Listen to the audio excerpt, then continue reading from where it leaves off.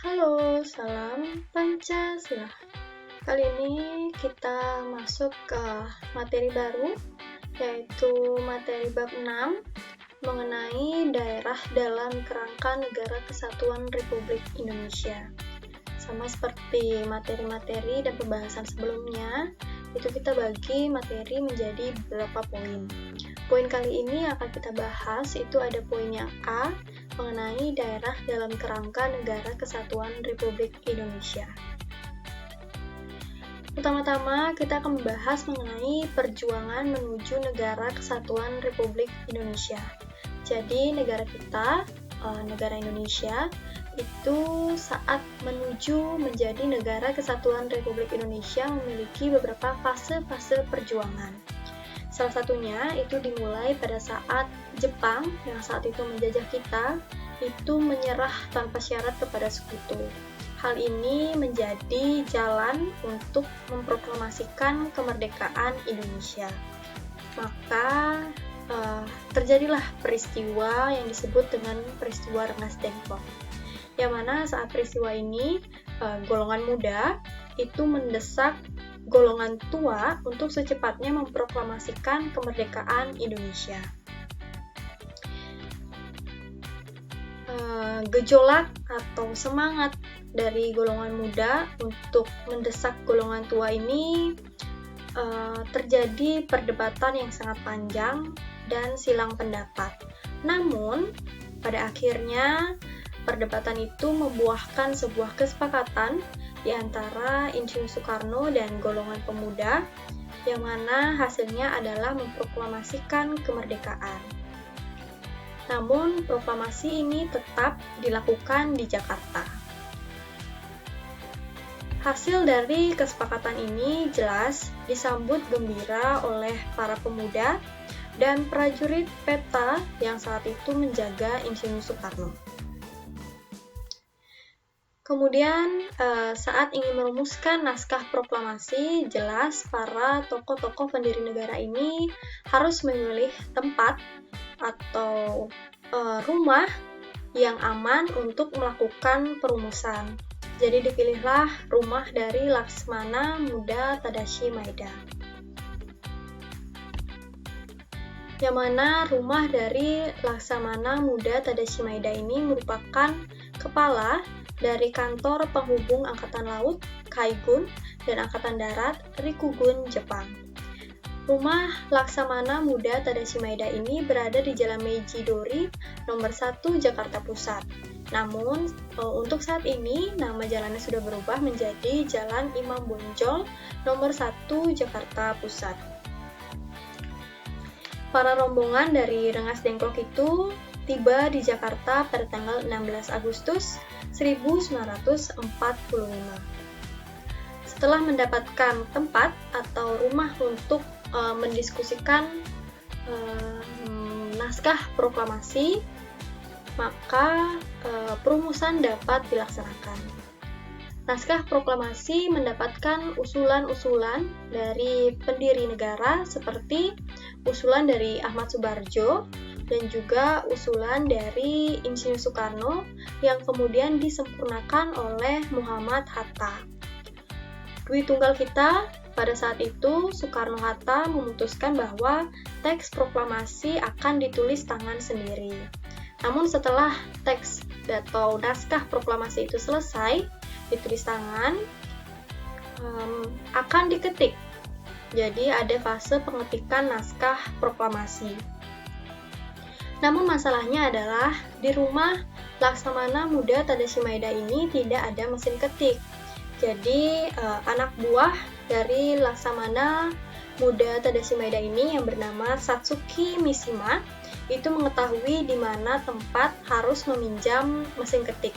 Akhirnya Satsuki Mishima ini pergi ke kantor perwakilan Angkatan Laut Jerman untuk meminjam mesin ketik. Yang kemudian naskah proklamasi itu diketik oleh Sayuti Melik yang merupakan atas permintaan dari Insinyur Soekarno. Setelah naskah proklamasi itu selesai diketik, ada atau dilanjutkan dengan fase penandatanganan naskah proklamasi. Sebenarnya naskah proklamasi ini menurut Insinyur Soekarno itu harus ditandatangani oleh tokoh-tokoh yang datang untuk merumuskan naskah proklamasi. Tapi menurut salah satu usulan, yaitu menurut usulan Soekarni yang saat itu adalah pimpinan golongan pemuda, itu mengusulkan agar Soekarno-Hatta yang menandatangani naskah tersebut atas nama bangsa Indonesia. Ini adalah naskah proklamasi yang merupakan tulisan tangan dari Soekarno-Hatta. Kemudian saat mesin ketiknya datang, ini adalah foto dari naskah proklamasi yang telah diketik. Jadi tadi sudah dikatakan bahwa naskah proklamasi itu mendapatkan usulan. Usulan yang pertama itu pada alinea pertama yang berbunyi kami rakyat Indonesia dengan ini menyatakan kemerdekaan Indonesia, itu merupakan usulan dari Ahmad Subarjo yang kemudian disempurnakan menjadi kami bangsa Indonesia dengan ini menyatakan kemerdekaan Indonesia. Dan alinea yang selanjutnya itu merupakan usulan dari Insinyur Soekarno. Kita lanjut ke fase berikutnya. Setelah penandatanganan itu selesai, maka adanya persiapan pembacaan pidato naskah proklamasi. Jadi sebelum pembacaan pidato naskah proklamasi yang akan dibacakan oleh Insinyur Soekarno, itu ada persiapan-persiapan yang harus dilakukan.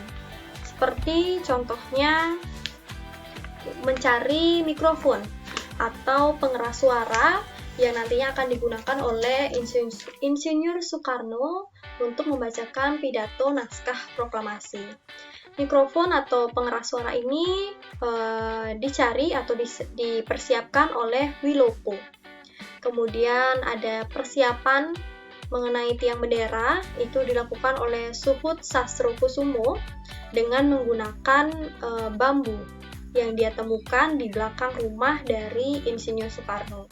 Sebenarnya di rumah Insinyur Soekarno di bagian depan itu sebenarnya sudah ada tiang bendera dua tiang bendera dari besi, namun Suhut Sastrokusumo ini tidak melihat.